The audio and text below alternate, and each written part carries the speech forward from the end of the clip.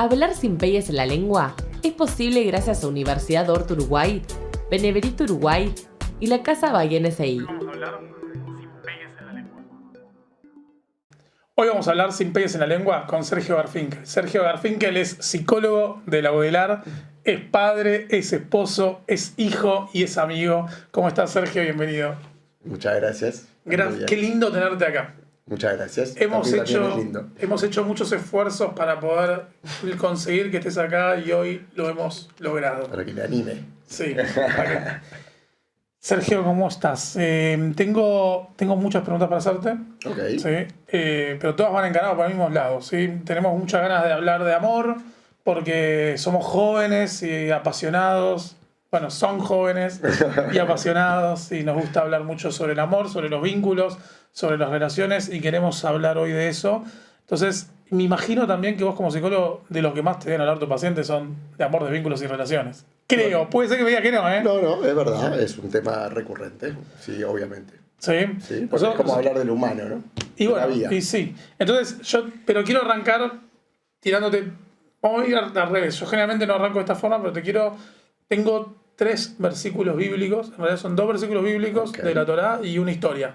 No sé por dónde quieres arrancar, pero tengo ganas de contarte la historia y quiero que me digas qué onda como psicólogo de esta historia.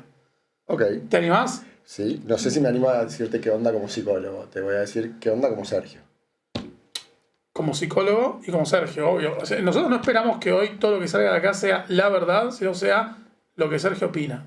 ¿Sí? Okay, sí. Bueno, hay un relato de la Torá muy famoso en donde, no sé si alguna vez lo escuchaste, en donde Dios le dice a Abraham que sacrifique a su hijo. ¿Sí? Que lo ate a su hijo y que lo apuñale y que lo entregue a Dios. Entonces, Abraham decide hacer eso, ¿sí? Se lleva a su hijo por 3 días hasta un monte, sin hablar, no se dijo ni una palabra, y lo ata, y cuando lo va a apuñalar y lo va a sacrificar a Dios, dice la Torá que un ángel le para la mano y dice, no, pará, ya está, Dios entendió que está dispuesto a todo, confía en vos, listo, no hace falta el sacrificio. A partir de ahí, cuenta el relato que Abraham volvió solo a su hogar y que Isaac, su hijo, no retornó con él. Okay. De hecho, no se consigue nunca más en toda la Torá, no aparece un diálogo entre ellos dos, nunca más hablaron. Okay. ¿Sí? Según la Torá, o sea, en la literalidad no cruzan un diálogo nunca más. Pero en un momento de su vida, Abraham, sin hablar con su hijo, ve que se puso viejo, que la madre de Isaac había muerto y que Isaac se sentía solo. Entonces le dice a un empleado, anda a buscar una esposa para mi hijo. Pues va y le trae una esposa que es Rebeca. Entonces cuando viene el empleado con Rebeca, después de ir hasta otra ciudad a buscar una mujer, conseguir, o sea, la ideal para el hijo, cuando la trae, dice esto el relato, escuchá. Que Isaac agarra a Rivka, la lleva a la tienda de su madre, la tienda que era de su madre, la desposa ahí, desposarla era tener relaciones sexuales, y dice esto, y se reconfortó Isaac de la muerte de su madre y la amó. Edipo, total. No sé. Dame un análisis, analizame esta historia bíblica, porque para mí siempre quise un psicólogo que me analice esta historia bíblica. Sabes que este psicólogo, por lo menos, no es muy amante de hacer análisis literarios. A mí me gusta hacer análisis pudiendo, tengo que escuchar a Isaac para eso. Claro, Isaac no habló más. Por eso. Entonces, tendría que escuchar mucho para poder pensar con él sobre qué estaba aconteciendo para él ahí y qué podría significar eso. A mí me parece que es una cosa linda para pensar de la fantasía que tenemos sobre lo que es el análisis. Eso primero.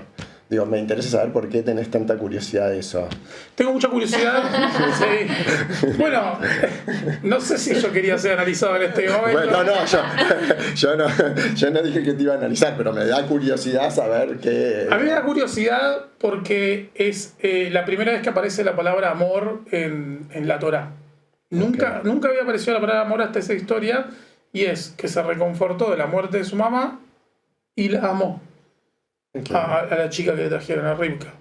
Entonces, me llama la atención que el amor se da a partir de ahí, ¿sí? El me siento solo, el estoy angustiado, el no tengo a mi madre, ¿sí?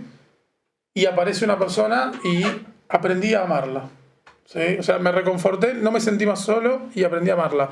Entonces, es eso lo que me genera tanta curiosidad en esa historia de Torá, ¿sí? ¿Me explico por dónde voy? Sí. Entonces, la pregunta es, ¿el amor va en contra de la soledad? O sea, ¿ataca a la soledad? O sea, toda esa situación, ¿sí? Entonces, quiero saber qué opinás, qué pensás, qué te surge. Pienso que hay muchas formas de amor, que ahí puede haber amores que el amor puede tener que ver con la soledad, pero no sé si lo pondría ahí en un sentido definicional, digo, porque me parece que hay muchas formas, y de lo que vos decís, que el amor, lo amoroso, las formas en que cada uno se da el amor, indudablemente tienen que ver en algún sentido, o están por lo menos atravesadas en algún sentido por su historia, ¿no? Y por cómo fue amado, cuáles fueron sus historias de amor que lo componen, sus historias en realidad. Entonces no sería de extrañar que de algún modo eso tenga que ver con la historia de Itzhak. Eso es lo que te podría decir, ¿no? O sea, entonces sí que el amor tiene que ver con el encuentro con un otro y que ese encuentro tenga cierto tipo de potencias y de posibilidades, entre ellas la posibilidad de compartir y de encontrar gratificaciones en esa posibilidad de producir un encuentro con el otro.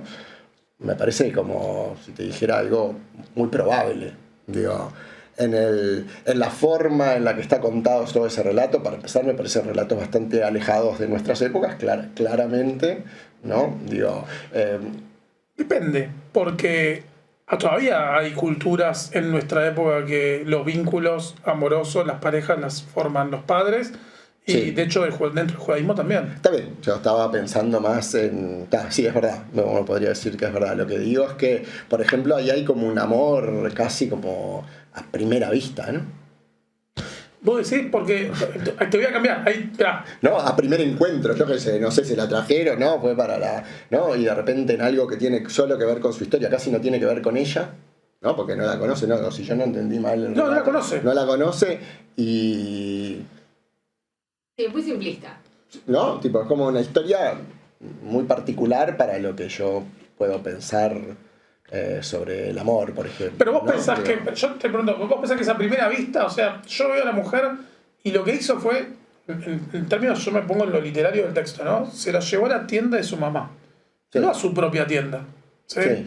No es que quiera meter ahí el dedo en la llaga, pero se la lleva a la tienda de su madre. O sea, sí. ¿Está buscando un amor? ¿Está buscando una madre? ¿Qué pensás? O sea, no sé si se la mandaron, ¿no? Yo entendí que se la mandaron. No sé si estaba le trajeron a la mujer. Yo no sé Tomás, te vas a casar con ella. No tengo ni idea de lo que él estaba buscando, sí. ¿Entendés?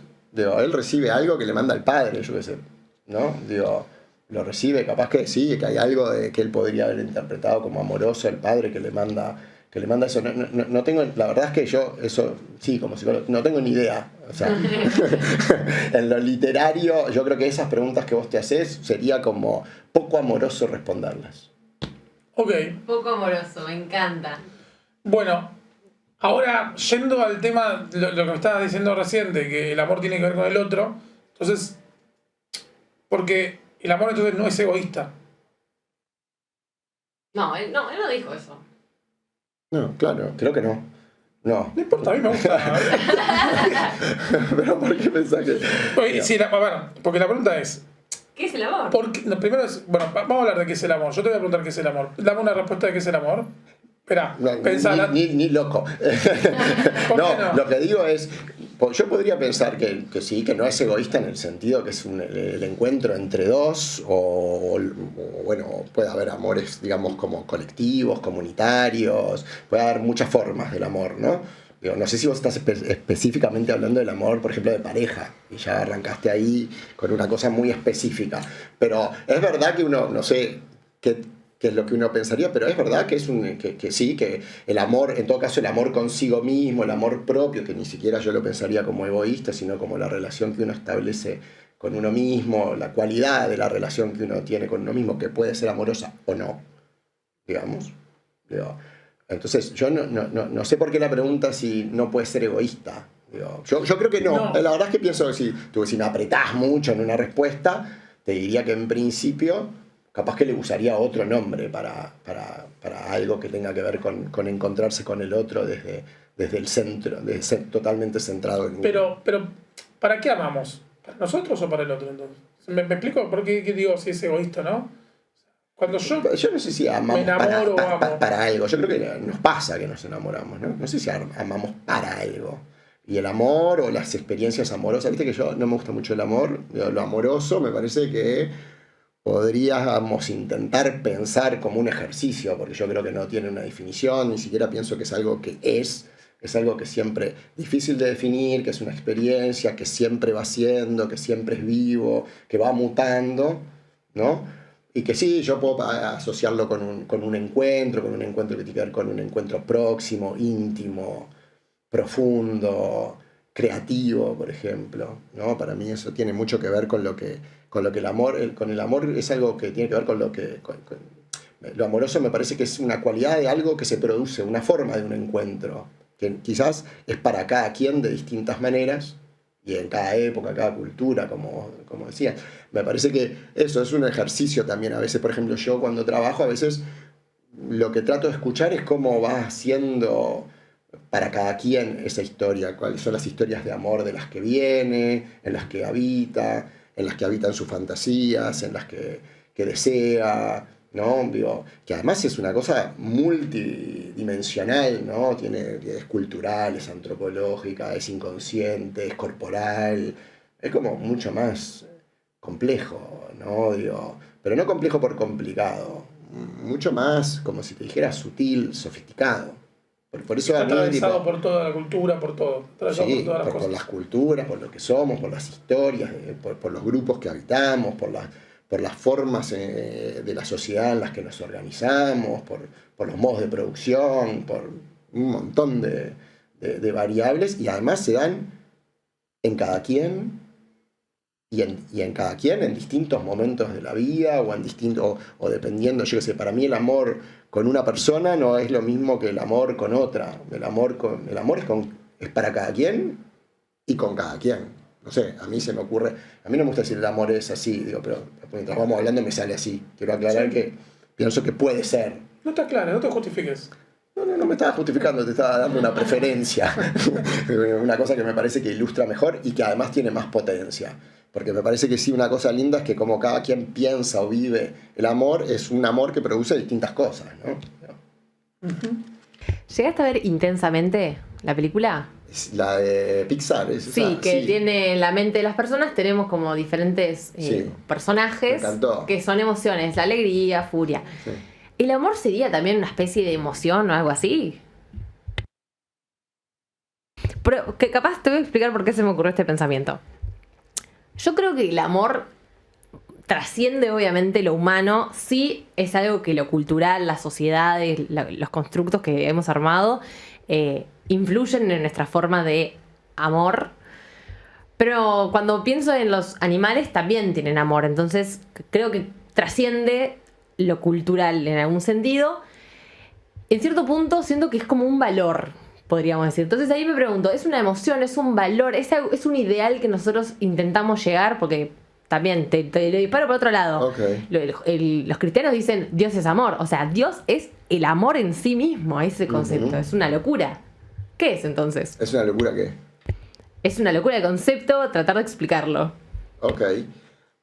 Yo si tuviera que optar me lo imagino más como una experiencia. Y si te sigo en tu pregunta o hago ese ejercicio que vos me proponés, pienso que podríamos pensar de que la articulación, o una manera específica en que se combinen todas esas cosas que están representadas en la película, puede devenir una experiencia amorosa. De hecho, yo creo que parte de lo que pasa en esa película, donde se terminan integrando de alguna manera los afectos, entonces uno podría pensar que la experiencia amorosa también tiene que ver con lo que hacemos con la tristeza, lo que hacemos con la alegría, cómo nos pasa eso en el encuentro con un otro, ¿no? Y cómo hace eso una afectación a nuestro cuerpo, a nuestra experiencia existencial, que muchas veces me parece que el cuerpo y el alma, diría yo, para usar una palabra para usar esa palabra acá, digo, que quizás incluso lo reconoce o lo siente de una manera particular. Entonces, si yo tuviera que decir algo, pienso que es mucho más una experiencia, que además no me animaría a definirla, que cada uno tiene que encontrar cómo esa experiencia va deviniendo en su vida para él, porque además venimos también de alguna manera de lo amoroso, porque en definitiva para existir también necesitamos ser recibidos de alguna manera en un encuentro con el otro que tenga por lo menos cierto mínimo deseo puesto en juego, por lo tanto como para sobrevivir o como para armarnos de alguna manera. Un encuentro que nos ayuda a lidiar con todo eso que está en la película, ¿no? Digo, con las distintas emociones que podrían, no sé, cada la película capaz que era difícil hacer muchos más macaquitos de los que hicieron, ¿no? Digo, y combinaciones de esos macaquitos entre sí, ¿no? Bueno, sí, cuando nosotros nacemos y estamos llorando, no tenemos un otro que se acerque a ver por qué está llorando el bebé, sí. Y nos morimos. O sea, el contacto con el otro, con la otra edad, es clave. O sea, sí. De hecho, uno conoce primero al otro antes que al mundo. ¿No? De alguna forma. O uno conoce al mundo por el otro. A través del otro, sí, claramente. No solo al mundo, uno se conoce, y yo te diría que más que se conoce, se produce a sí mismo ahí, ¿no? En ese encuentro, a través del otro. Y produce el mundo. ¿Pero sos un producto del otro? No, es con el otro, a través del otro. Sos un producto de muchas cosas, ¿no? Digo, porque venís con tu cuerpo, venís con tu biología, venís con tu historia. El otro, además, no es solamente el otro es su historia. Digo, yo a veces jorobo, porque siempre digo, me preguntan a veces de qué corriente sos, ese tipo de preguntas que sí. le puedo decir que soy 220 como todo el mundo, acá en Uruguay. Digo, a veces, lo voy cambiando lo que contesto. A veces ahora, por ejemplo, digo que soy terapeuta de grupos. Me preguntan si trabajo con grupos. No. A veces trabajo con familias, con parejas, pero porque pienso que de alguna manera todos somos grupos. Venimos de grupos, venimos de historias, venimos de mucha gente, de muchas historias, de muchos encuentros, y producimos, y nos producimos en el encuentro con un otro que es muchas cosas. Y muchas cosas que le son conscientes, muchas que son inconscientes, los cuerpos, ¿no? Entonces, y tampoco vos podés tranquilamente cambiar la respuesta porque no siempre está siendo el mismo.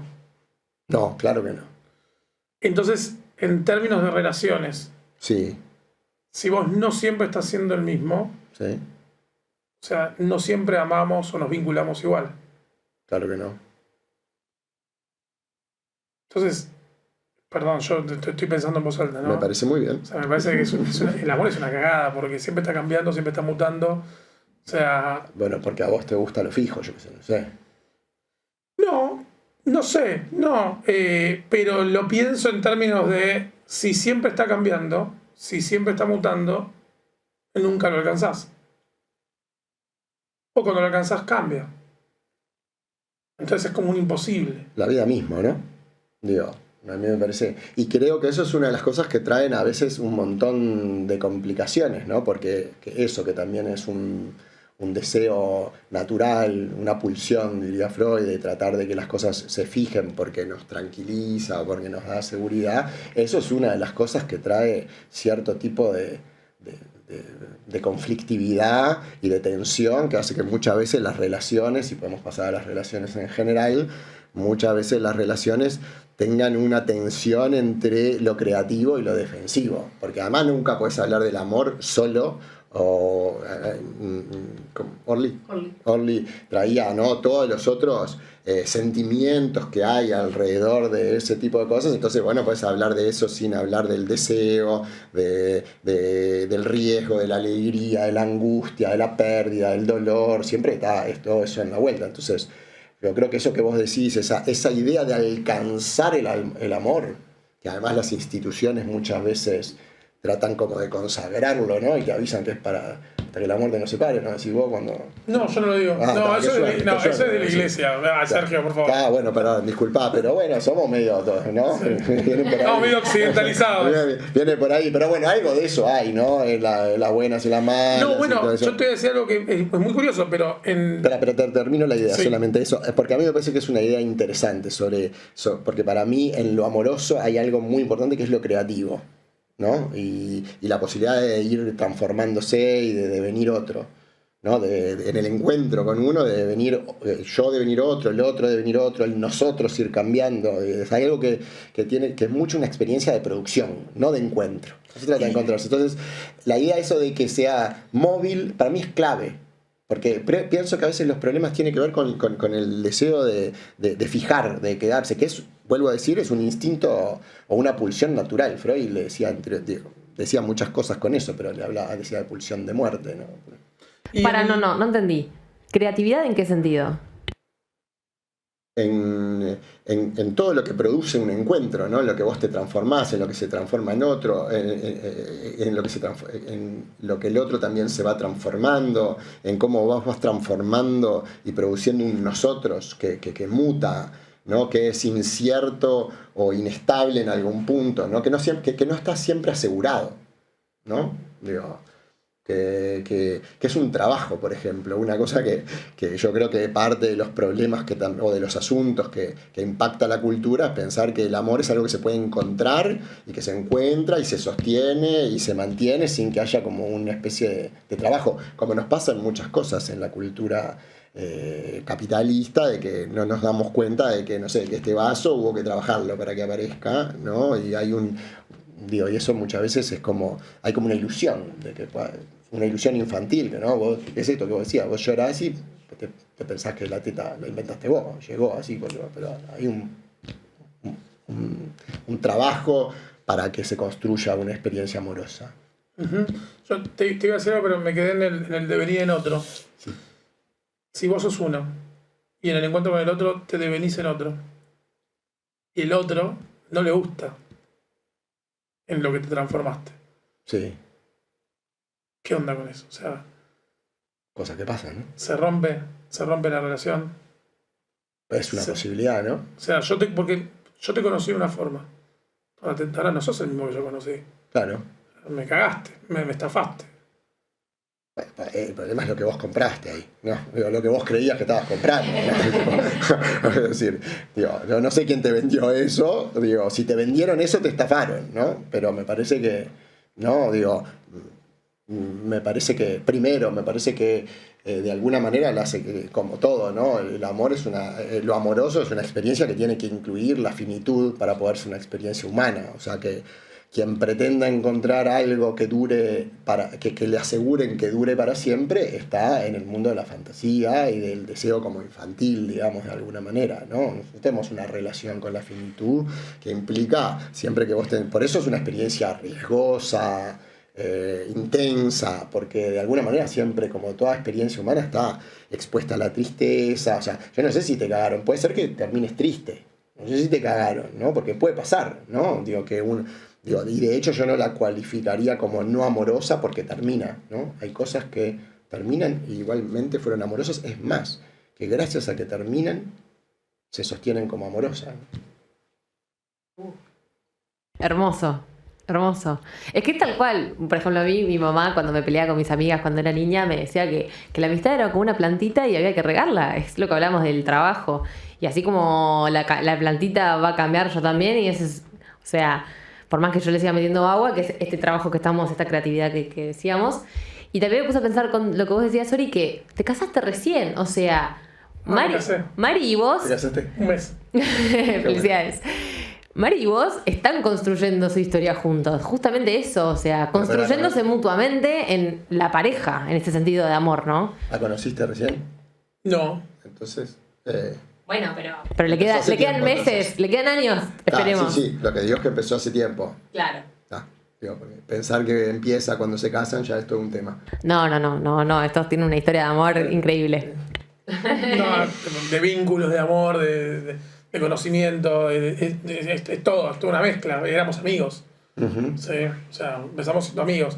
Pero Entonces, a mí lo que me pasa es que cuando vos me estás hablando a mí de que el amor a veces parece ser una ilusión, ¿sí? De una sensación de completud que nunca vamos a conseguir. No, yo entendí que es algo que se trabaja. Que es una experiencia que va a estar en constante cambio y que depende de cada uno. A ver, profesor, si estoy bien, ¿eh? Profesor, me encantó. Sí. Yo presté atención. A mí.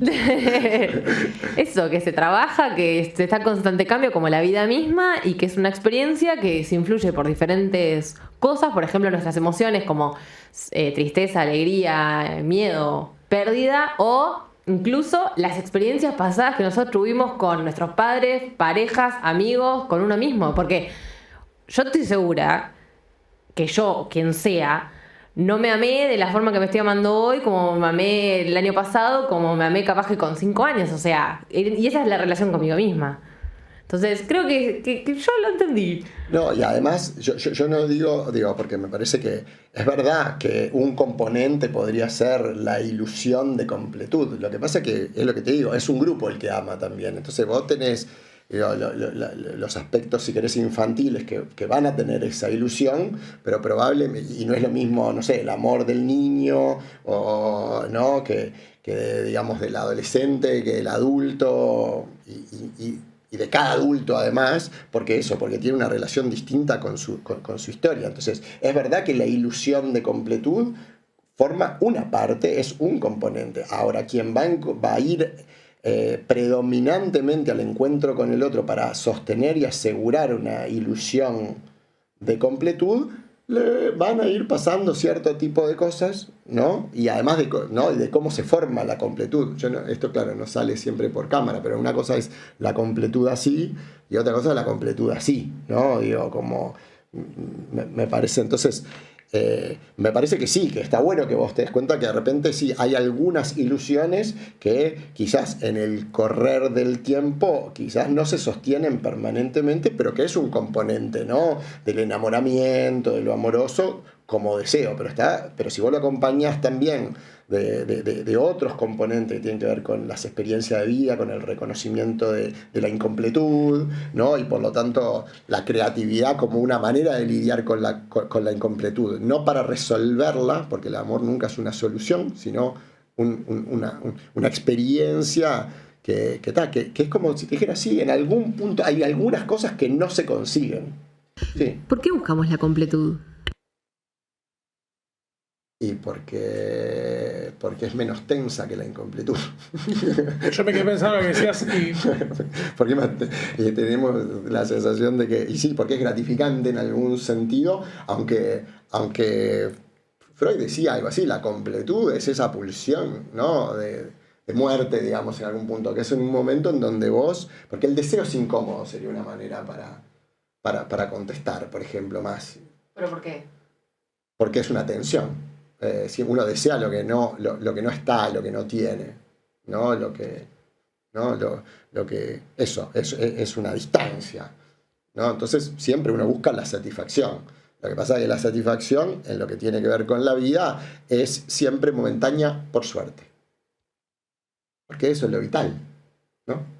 Eso es la intuición que tuvo Freud, ¿no? Que cuando entramos que hay una fuerza que busca eso, de estar siempre vivo y en tensión, y para eso necesita la atención, necesita el deseo, y después hay otra fuerza que cansador, que tiene deseo de no tener más deseo, y que sería como también la completud, ¿no? Porque vos no experimentás esa insatisfacción para salir a buscar la satisfacción, ¿no? No sé si fui muy entreverado, pero algo capaz que se pescó. A mí me pasa, mira, me quise anotar algo y tu virome no anda. Eso. Yo como no estoy anotando, pero no anda, no te anduvo a vos. Me quise anotar algo mientras hablabas porque me quedé pensando en el tema de la completud y no quería que se me vaya. Pero bueno, te lo voy a tirar ahora porque no quiero que se me vaya. Dale. Que yo que estaba pensando mientras vos hablabas es que en el amor, o sea, no se gana en el amor, se pierde. Siempre se está perdiendo. Y vos decidís como... ¿Pero por qué decís eso? Porque si vos buscas ganar en el amor... Escuchá, primero déjame terminar de decir... Sí, por eso te pregunté. Pensando en voz alta, Dale. En el amor no se gana, en el amor se pierde. ¿Por qué? Porque cuando vos... El amor se da de alguna forma, o vos decidís entrar en un vínculo amoroso con alguien, quedás totalmente descubierto en todas tus emociones y quedás expuesto.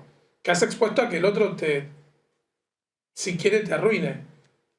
¿Sí? Entonces, estás completamente entregado y el amor hasta a veces puede ser perjudicial. O sea, es como que hasta siento que va en contra de la propia supervivencia de uno. ¿Se entiende lo que estoy queriendo decir? Sí. Y está bueno quedar expuesto. O sea, está bien. O sea, no está ni bueno, no, es así, ¿no? Yo lo que diría es verdad que si no hay amor sin deseo, el deseo es una exposición, siempre hay una vulnerabilidad, un riesgo, una incertidumbre, pero es definicional de la vida, ¿no? Es estar vivo, ¿no? Es decir, de alguna manera, sea lo amoroso o lo que sea, ¿no? Digo, en cualquier enamoramiento, las ganas de hacer esto implica que salga, pero siempre está la posibilidad de que no, de que eso no se dé así.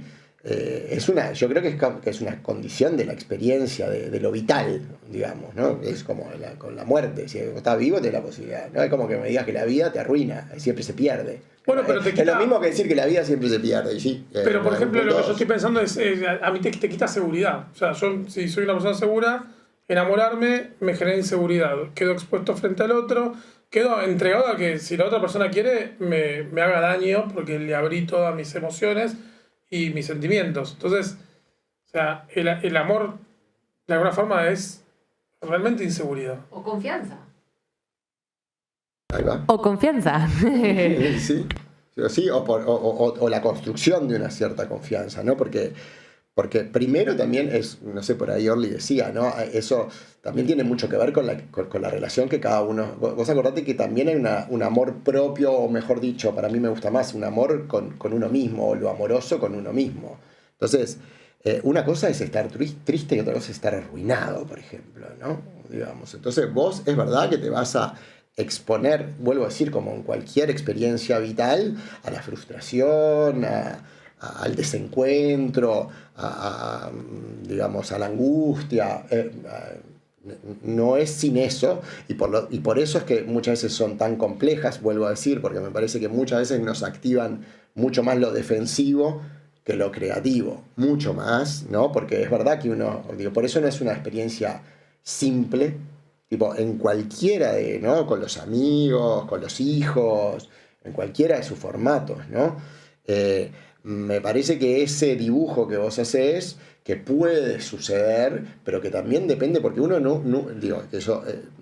una cosa es cuando, por ejemplo, en el amor uno va a buscar la relación consigo mismo, en el amor con un otro, uno va a buscar la relación consigo mismo, entonces está particularmente expuesto, pero depende, ¿no? Y por eso me parece que siempre el modo, no sé si el modo de amar, pero siempre la experiencia amorosa que uno puede ir desarrollando también va cambiando, las capacidades amorosas de cada quien también van cambiando con la experiencia de vida. No es lo mismo lo que le pasa a un adolescente de repente en sus primeras escaramuzas, no sus primeras, pero en ese terreno más exogámico, le decimos nosotros, por fuera del campo de la familia, ¿no?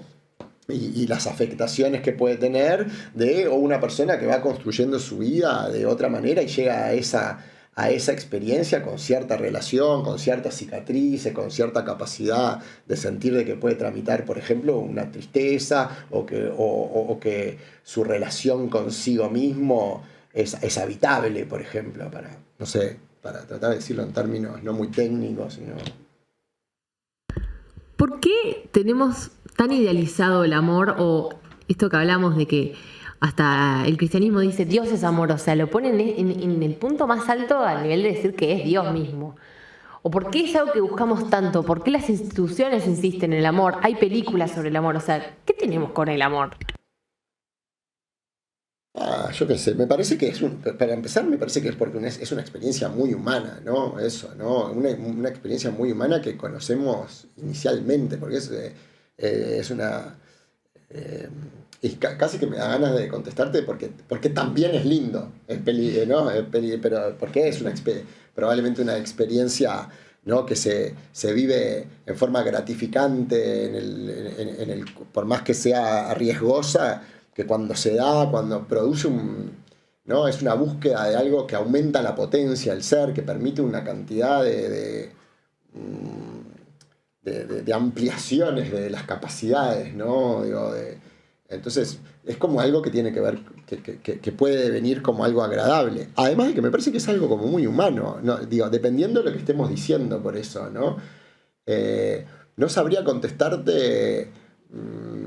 Me parece que el modo en que es planteado desde lo religioso, esto que vos decís, es verdad que es planteado como un ideal. Me parece eso que tiene un montón de connotaciones también ahí, como si te dijera antropológicas, políticas y demás, que no sé si me animo a ir para ahí, pero en lo concreto me parece que es como si te dijera también que es algo como muy instintivo, muy de una de las formas de la especie de transitar, porque de vuelta me parece que tiene pila que ver con cómo nacemos, ¿no? Somos un cachorrito que depende mucho, ¿no? del otro, ¿no? Porque para mí tiene mucho que ver con eso, con los encuentros con el otro, y que hay ciertas cualidades del encuentro con el otro que lo hacen placentero, menos terrorífico, ¿no? Y más agradable, que tiene mejores potencias que otros. Entonces me parece que es una cosa que de alguna manera por eso nos resulta, yo te diría que atractivo en algún sentido. Siempre hablando como en un sentido genérico, ¿no? Del amor, ¿no? Porque una cosa es el amor romántico, ¿no? Sin entrar en los detalles de las miles de formas que eso puede ¿no? Es decir, ¿por qué somos seres grupales, ¿no? ¿Por qué nos gusta andar, hacer cosas en conjunto, ¿no? ¿Por qué somos seres...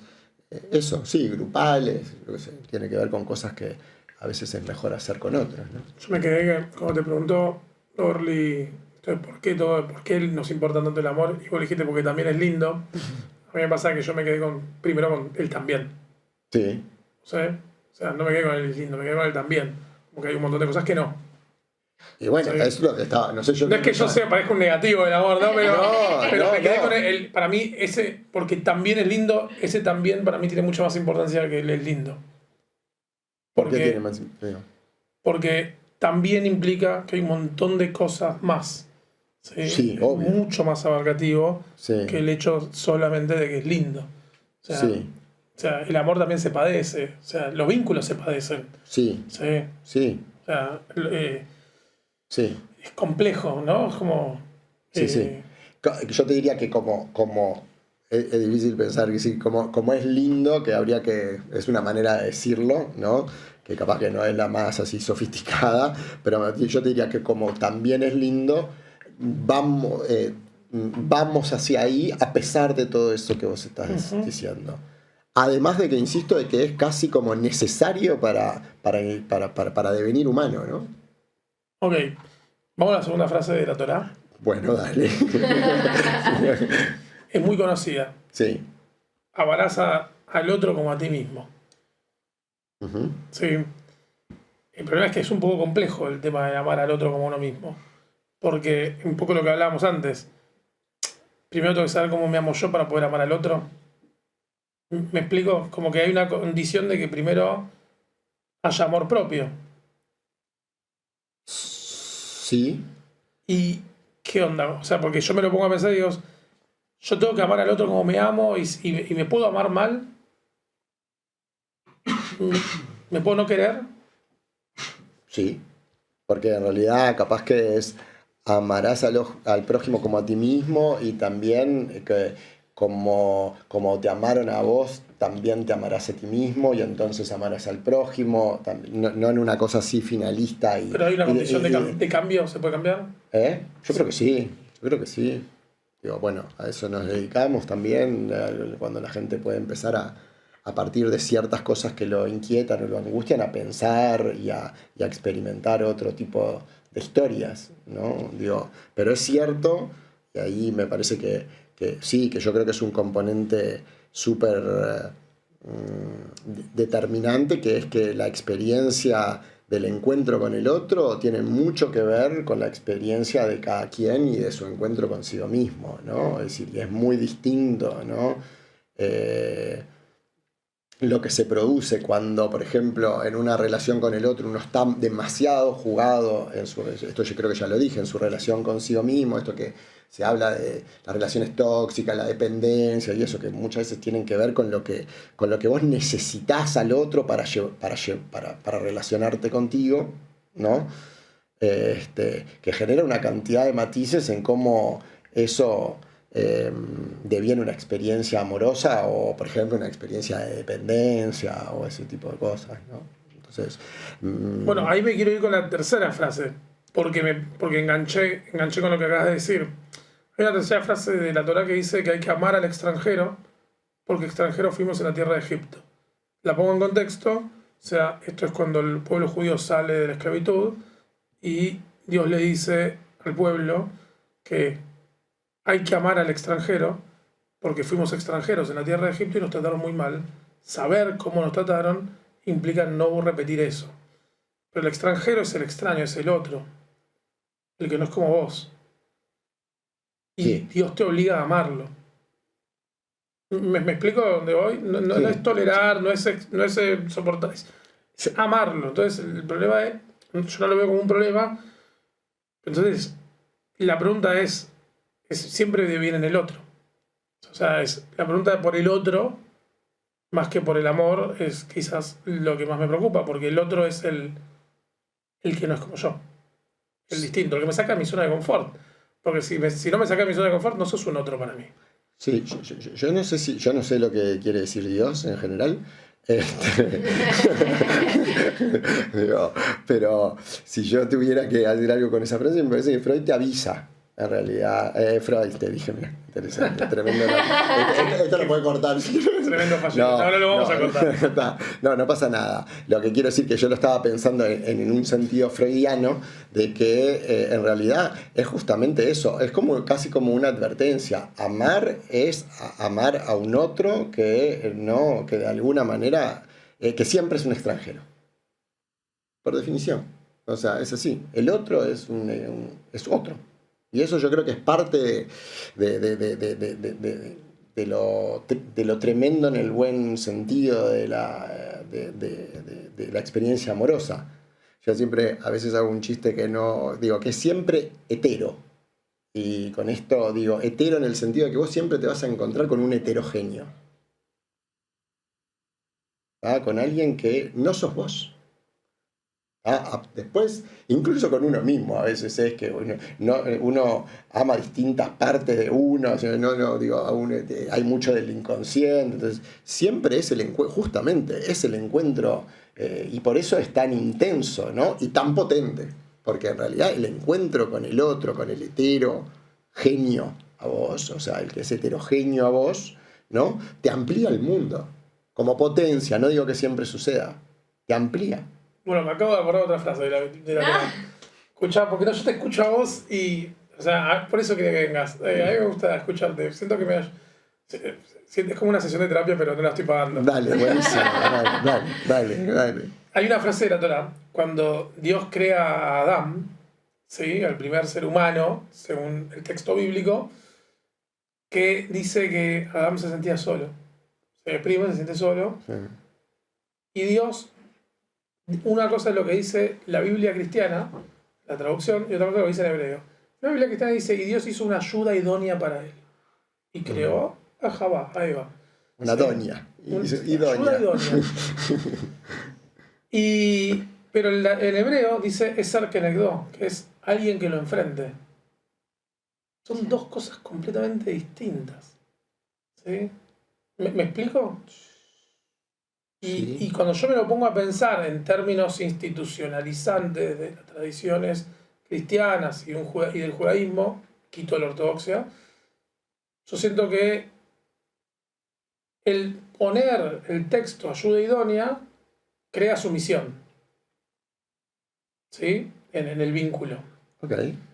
Y poner a alguien que lo enfrente crea todo lo contrario, crea como rebeldía, revolución. Te digo lo que pienso, ¿no? Pero para eso estás. No, me parece que la lectura, sabemos de qué cuadro sos hincha. Sí. O sea, me parece que evidente, porque yo podría, si quiero, pensar, o sea, sobre todo que estoy hablando de Dios, que lo que entiende Dios por idóneo, digo, también podría ser perfectamente, ¿no? Porque vos ya estás asumiendo que idóneo no es alguien que te enfrente. Y a veces, idóneo, ¿tá? Puede ser perfectamente idóneo ponerte ahí a alguien, que yo me quedaría con alguien diferente, que yo creo que eso fue una idea interesante por la potencia que tiene eso. ¿Tá? Diferente, digo, podría haber hecho otro hombre también, digo, o sea, en fin, digo, no diferente en el sentido de lo heterogéneo, de alguien que no es tú, ¿no? Que tiene otra experiencia. Entonces, yo con eso de las palabras, digo, entiendo que como vos sos hincha de un cuadro, lo ves mejor en el cuadro tuyo. Yo trato, además, de no pensar lo que dice Dios, sino lo que yo puedo pensar a partir de lo que está escrito ahí. Pero, porque no tengo comunicación además directa con él, entonces no sé lo que piensa. Pero me parece que, digo, y eso, pensar que a veces lo idóneo, por ejemplo eso, pensar que te enfrenten no es un acto amoroso, por ejemplo, o un acto idóneo, ¿no? Yo qué sé, capaz que dice lo mismo, de algún modo. Puede ser porque que no. Además, a veces no hace falta que te enfrenten, a veces hace falta que te acompañen, yo qué sé. Entonces, idóneo me parece interesante. Después nosotros tenemos que completar cómo entendemos lo idóneo. Que es eso, ¿no? Por ejemplo, muchas veces en la clínica, así, uno empieza a charlar y a descubrir qué puede ser un gesto amoroso. Y a veces, ¿no? Tipo, un gesto amoroso capaz que no es lo que uno sospecha. Una vez vino Hanan Nudel acá, ¿lo ubicás a Hanan Nudel? Era un psiquiatra argentino. Sí, leí un libro. Muy cra. Creo que se había formado con Pillon Rivière y estaba dedicando sus libros y dedicaba de los libros, son esos psicólogos sociales que... Es un libro sobre la labor comunitaria. Hizo muchos libros. Sí, yo leí. Y como tenían esa manera de intervenir en los grupos así, sin importar, no eran gente de consultorios, era gente así, vos mientras te dedicaba a un libro te hacía una intervención, ¿no? Entonces vino alguien, le preguntó ¿cómo te llamas? Abel, ¿tá? Y él le pone, que disfrutes el libro, querido Abel, le pone ¿cómo te las ingeniaste para dejar a Caín mal para el resto de la historia? Sí. Por ejemplo, yo estaba ahí al lado que no tenía la posibilidad de acompañarlo, le encaja eso. Y yo quedé así, ¿no?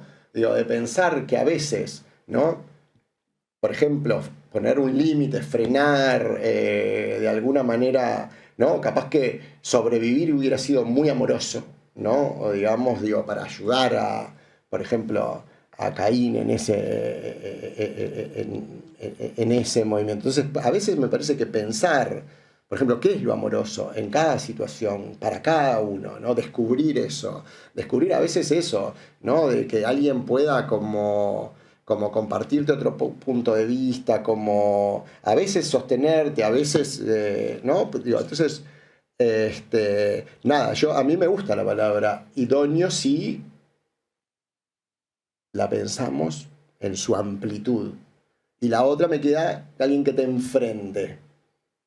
¿Sí? Pensamos, ¿sí? Yo le puedo dar la vuelta que quiero, alguien que esté enfrente tuyo, alguien con el que vos te puedas mirar y replantearte y potenciarte, también está bueno. Pero no creo que genere como un matiz. No sé por qué vos decís que genera, ¿cómo dijiste? Sometimiento. No, ¿qué dijiste? Para mí, la ayuda idónea tiene que ver con esto de sumisión. Eso, ahí va. ¿Sí? Porque le está diciendo ayuda. Una persona que te va a ayudar. O sea, que va a estar como si fuese un sirviente. En cambio, en el texto original dice ser kenegdo, que es alguien que te enfrente. ¿Sí? Alguien que vas a tener enfrente. Y para mí eso cambia mucho. Es como le vinás diciendo que el rostro del otro me interpela. Mira, si vos me preguntás, porque vamos a hacerla distinta, en vez de discutir qué quiso decir Dios, podemos pensar algo que me parece que a vos te interesa. Es verdad que podríamos pensar que la sumisión quizás no sea un acto demasiado amoroso. Ni someterse, ni ejercer, digamos, ni pretender que el otro se someta. Hasta ahí te acompaño. Si la palabra idóneo tiende a ubicar eso, ya te lo discutiría un poco más. Quiero irme para otro lado. No, a ver, qué sé yo, a mí me pasa pensando en el tema de amor libre, el poliamor, el amor romántico. A mí me pasa que muchas veces escucho gente joven, que critica mucho el concepto del amor romántico, ¿no? Pero y lo critican un montón. Y yo no dejo de pensar que en algún momento el amor romántico también fue una conquista frente a que antes tus padres o había una casamentera que elegía con quién te casabas. O sea, el amor romántico fue una conquista frente a eso. ¿Sí? Y yo siento que a veces alguien en no ver esos procesos y cambios históricos, queda como, no, eso es arcaico, hoy el amor libre, el poliamor, o sea, hoy esto es lo que está bien y lo otro no. Entonces, como vos hablabas antes de que hay muchas formas de vincularnos y muchas formas de amor, o sea, la pregunta es, o sea, ¿son todas válidas? Incluso hasta la que te presentan, o sea, la que tenés una casamentera.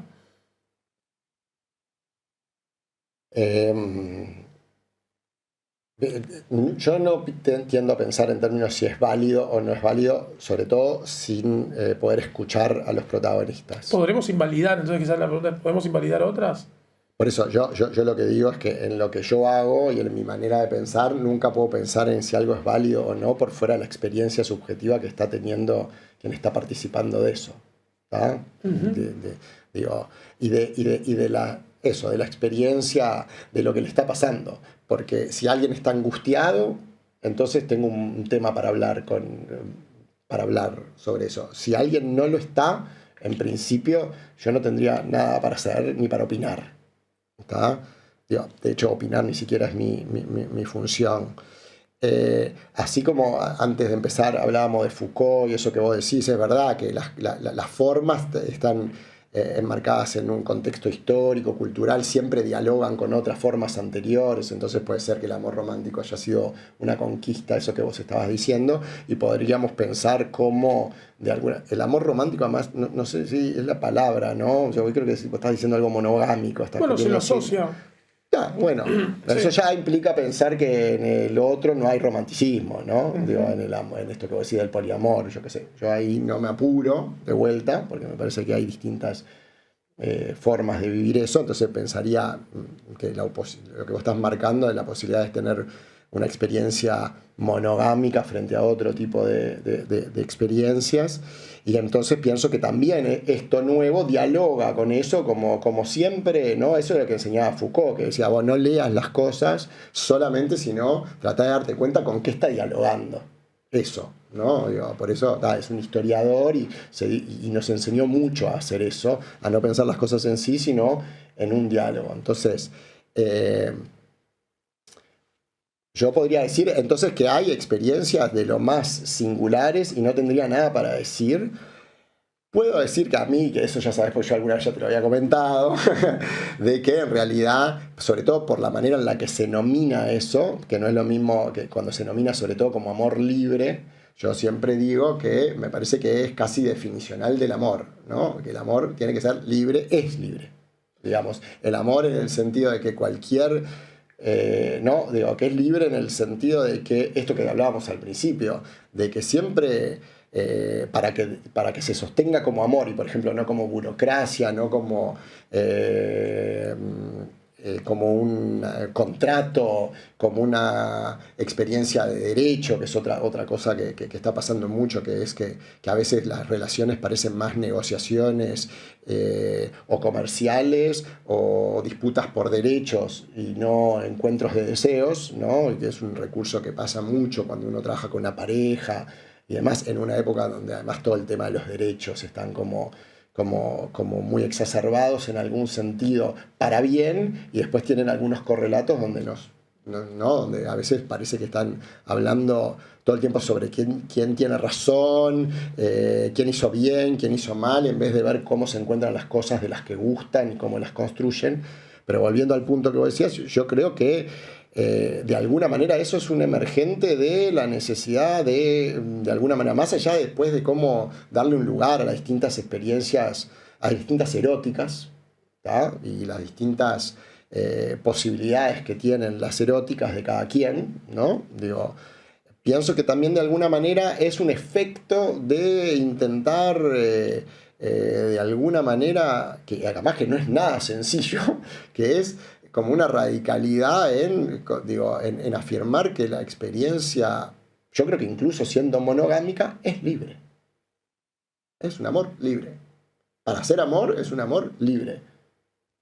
A mí lo que pasa es que yo no dejo de asociar en el poliamor. Cuando digo poliamor me refiero al tener más de un vínculo sexoafectivo.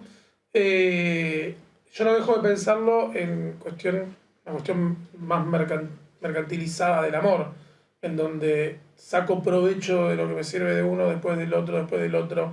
Como que siento que ahí hay algo más egoísta, no de entrega. Pero quizá porque está muy relacionado con lo sexual. O sea, hace unos podcasts invitamos a una chica que es asexual y hablaba justamente esto, de que ella ama y no necesariamente tiene que tener un vínculo relacionado al sexo para tener una pareja como la tiene y cómo se aman y cómo construyen su relación de pareja monogámica además. Entonces, yo ahora que los escuchaba a ustedes, cuando hablamos del poliamor me parece que está muy sujeto a la parte sexual y sin embargo el poliamor lo podemos trasladar a cualquier cosa. No tenemos el mismo amor que tenemos con nuestros amigos. O sea, yo tengo 5 amigos y a cada amigo lo amo diferente con los 5 lenguajes del amor, que no me acuerdo qué autor dijo, pero ahora si quieren lo hablamos. Y capaz que hay un amigo que sí tengo el lenguaje del amor físico y dentro del lenguaje del amor físico es el sexual. O sea, creo que el amor libre, me encantó tu definición, y va en eso, en general, en cualquier persona.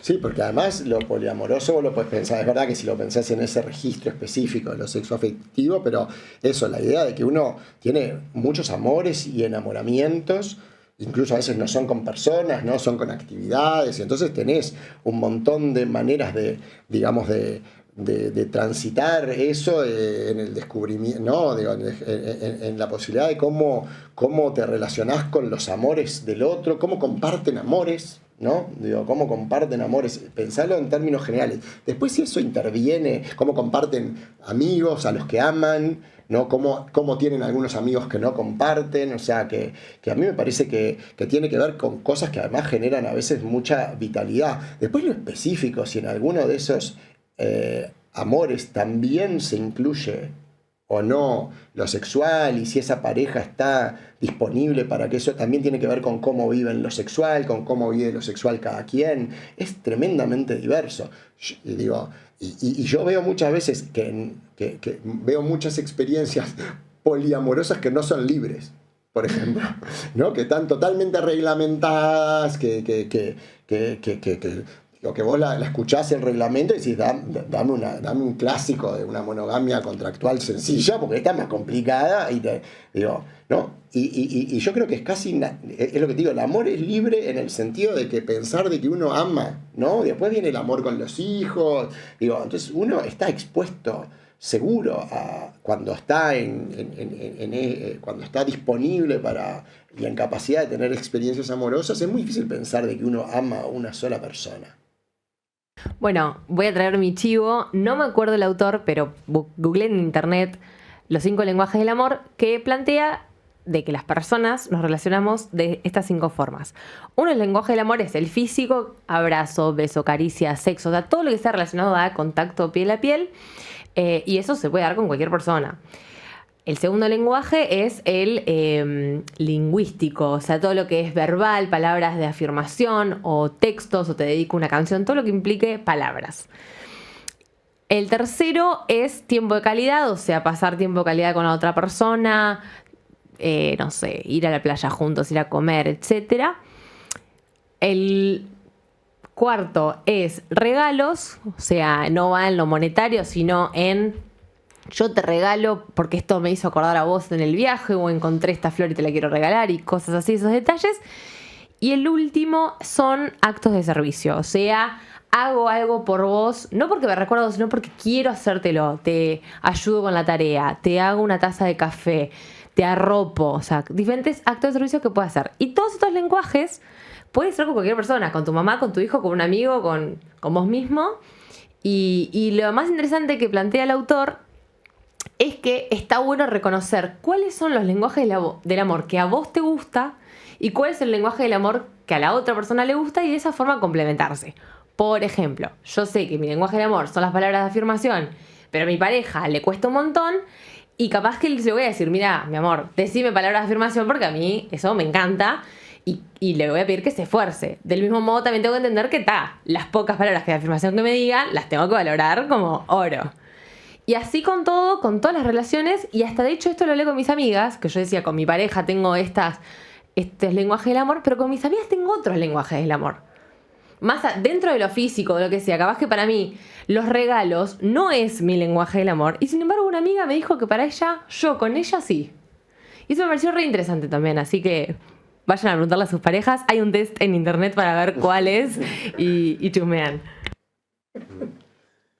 Sí, digo, debe haber muchos más lenguajes y muchas más combinatorias. Y de hecho, cuando vos decías antes, hiciste la aclaración de que,